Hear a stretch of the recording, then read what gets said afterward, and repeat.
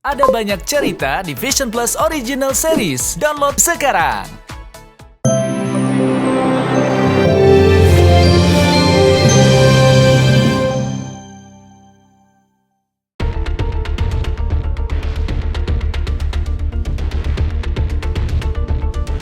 Pemirsa, satu persatu korban penipuan yang dilakukan Medina Zain bermunculan. Kali ini cerita ditipu Medina datang dari Rizky Ananda selaku pemilik salah satu produk kosmetik kecantikan yang berlokasi di Bandung, Jawa Barat.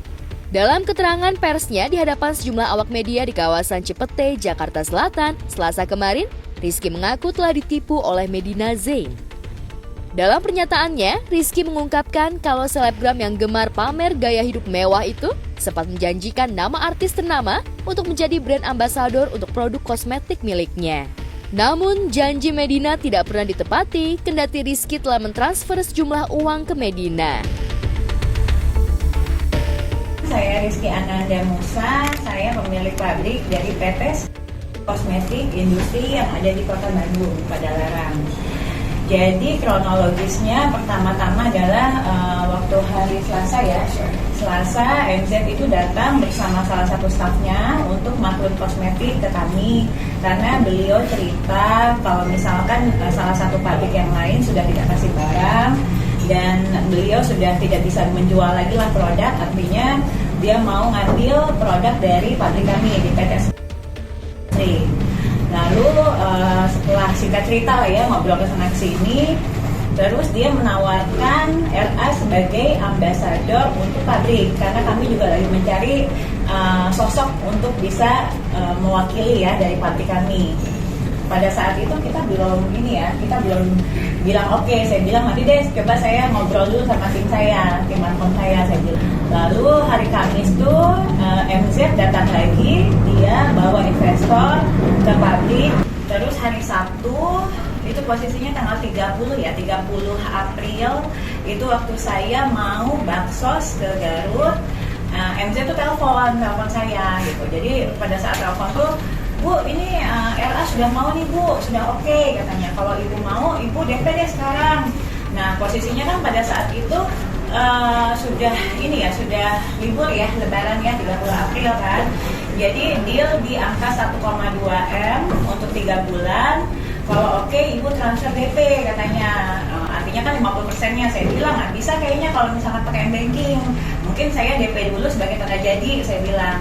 Makanya saya transfer lah di situ 150 juta gitu. Tapi ya MZ tuh minta cepet-cepet gitu. Jadi tanpa memberikan waktu kita berpikir panjang gitu ya.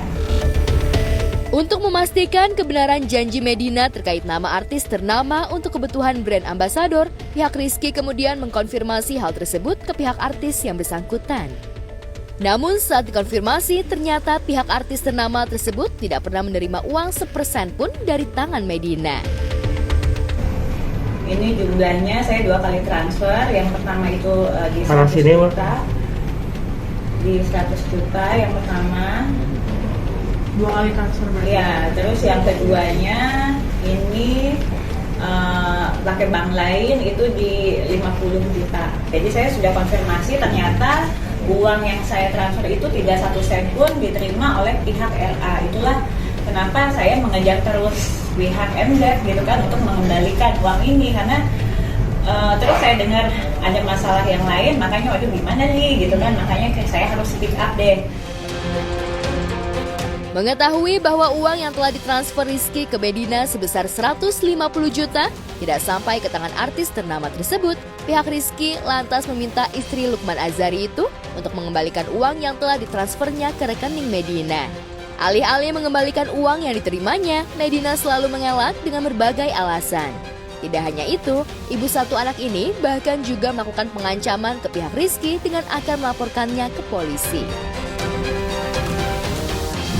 Kita tuh malah kita yang diteror gitu loh sebelumnya sama dia, makanya kenapa kita speak up kok jadi galakan dia gitu daripada kita gitu kan ya. Jadi mau dilaporin ke Polda lah, nanti Brimob saya datang lah, segala macam lah, pokoknya itu ada semua buktinya gitu. Dengan track recordnya dia, kita kan nggak ada negatif pikiran kita kan. Salah satu kita nggak negatif thinking itu dia bayar juga waktu itu secara cicil kita terima. Jadi nggak ada. Malah kita bilang hal-hal juga yang- sih, Mbak, kalau misalkan overlimit terus, karena tiap hari itu alasannya overlimit kan. Kalau memang overlimit terus nggak apa-apa, sehari 25 juta aja sampai beres, saya bilang gitu. Tapi ya ada aja sih alasannya, selalu ada gitu. Sorry, berarti udah di-refund semua total 40 juta? Jadi terakhir itu masih ada sisa. Nah, sisa terakhir handphonenya sudah tidak aktif. Ya, saya juga nggak tahu, kita juga belum tahu kenapa nggak aktif, tidak bisa dihubungi dan lost kontak sampai saat ini. Terakhir itu Lebaran H1 ya, Lebaran pertama saya masih kontak sama dia, masih berhubungan chat. Setelah itu udah nggak ada, mati total. Terkait kondisi Medina yang saat ini tengah menjalani perawatan di sebuah rumah sakit jiwa pemerintah di Bandung, pihak Rizky masih akan melihat itikat baik dari pihak keluarga Medina dan kebenaran kondisi Medina saat ini. Lantas, akankah pihak Rizky akan membawa kasus penggelapan uang ini ke ranah hukum? Sementara itu, menanggapi kondisi Medina Zain yang saat ini tengah menjalani perawatan di rumah sakit jiwa, Denis Carista mengungkapkan pendapat berbeda. Dirinya akan percaya sejauh keterangan yang diberikan tersebut datang dari dokter yang memeriksa kejiwaan Medina tersebut. Keadaan Medina Susani sekarang sedang dirawat di rumah sakit jiwa. Di rumah sakit jiwa pemerintah daerah Provinsi Jawa Barat. Nanti bisa siapa yang mau tahu ke sana. Ya. Nah, sebetulnya dari dulu-dulu tahun-tahun belakangan 2016 gejala-gejalanya sudah saya lihat dan saya sarankan jangan terlalu sibuk usaha. Ini sudah pegang lagi usaha ini. Sedangkan masih usia belia muda, mungkin otaknya masih lemah. Nah, maka terjadilah sekarang begini. Banyak yang dirugikan, terutama para investor mungkin, rekan-rekan bisnis. Itu semua dilakukan oleh Medina Zain itu tanpa sepengetahuan keluarga. Untuk Medina sendiri mungkin dengan penyakitnya ini memang ada sebabnya ya. Ada hal-hal yang memang dari 2016 ini, apalagi sebelum Lebaran kemarin 2 minggu sebelumnya itu dia mengalami KDRT lagi dari suaminya atau mantan suaminya yang sekarang masih dalam proses ya, dalam proses persidangan. Saya mohon doanya juga supaya cepat selesai ya. Jadi karena itulah dia akhirnya makin tertekan karena banyak hal-hal yang dia sebenarnya kalau penyakit bipolar itu memang tidak bisa untuk merasa banyak tekanan, banyak pikiran. Dia hidupnya itu harus lebih bahagia. Mungkin di sini kita lihat dia tidak bahagia dan banyak tekanan dari pihak manapun, apalagi setelah kejadian ini kan saya lihat banyak yang menghujat ya. Saya mohon kepada media juga supaya dengan kondisi Medina seperti ini kami tidak akan lepas tangan, dalam arti dari pihak keluarga juga akan meminta kepada pihak-pihak lain untuk menghubungi pengacara dia nantinya untuk menyelesaikan. Seperti diketahui, kemarin pihak keluarga Medina angkat bicara seputar kondisi kejiwaan yang dialami anggota keluarganya saat ini. Diungkapkan kuasa hukum keluarga kalau Medina tengah stres menghadapi kasusnya saat ini. Keselamatan jiwanya dan masa depannya juga.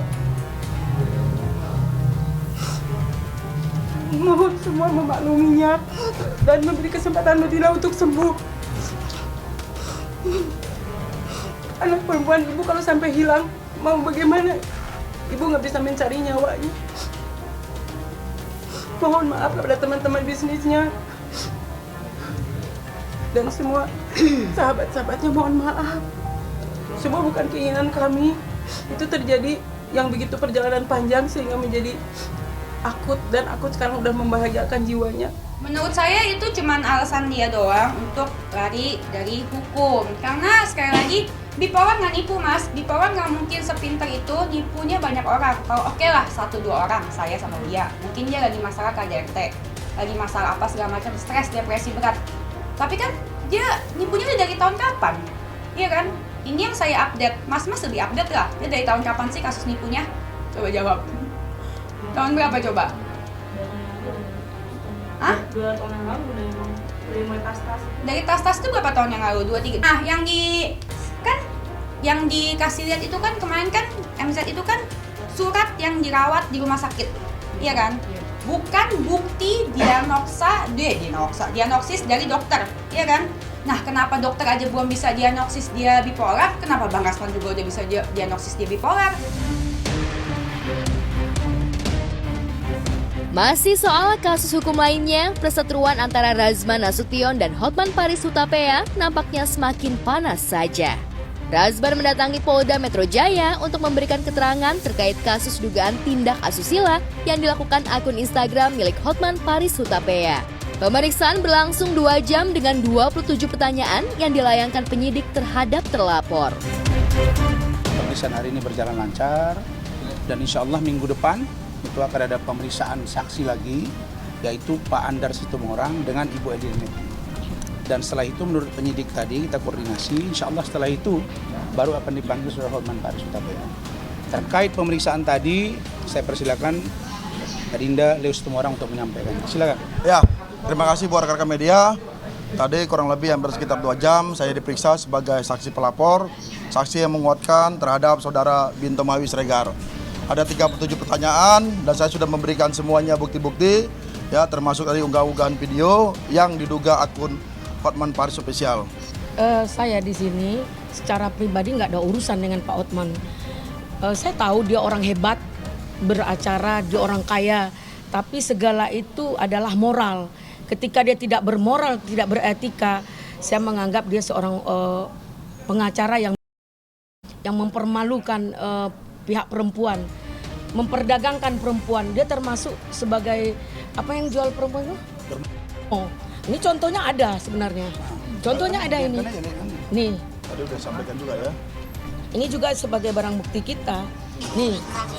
Ini dia bilang, catat nomor telepon saya, bisa dibayar ini perempuan. Ini kurang ajar. Apa ibunya tidak perempuan? Apa anaknya tidak perempuan? Dia merendahkan harga diri perempuan. Niat Razman untuk memenjarakan rekan satu profesinya itu tampaknya tidak main-main. Dengan menggunakan pasal tindak pidana pornografi dan porno aksi, ia yakin hukum akan menjerat seterunya Hotman Paris. Menurut pakar yang menyampaikan kepada saya termasuk Bang Honmas Tompul, menurut Bang Honmas Tompul, Bang Junifer Girsang juga ada WA, menurut beliau nih, teruskan ke saya. Itu sudah full point. Sudah sempurna udah bukti-buktinya itu. Jadi nggak ada masalah di situ, insya Allah nanti akan berjalan. Mudah-mudahan ini menjadi pembelajaran semua sehingga lawyer-lawyer muda tidak terinspirasi untuk menjadi seorang lawyer yang kaya raya lalu kemudian dengan gampangnya melakukan ABC dan lain-lain.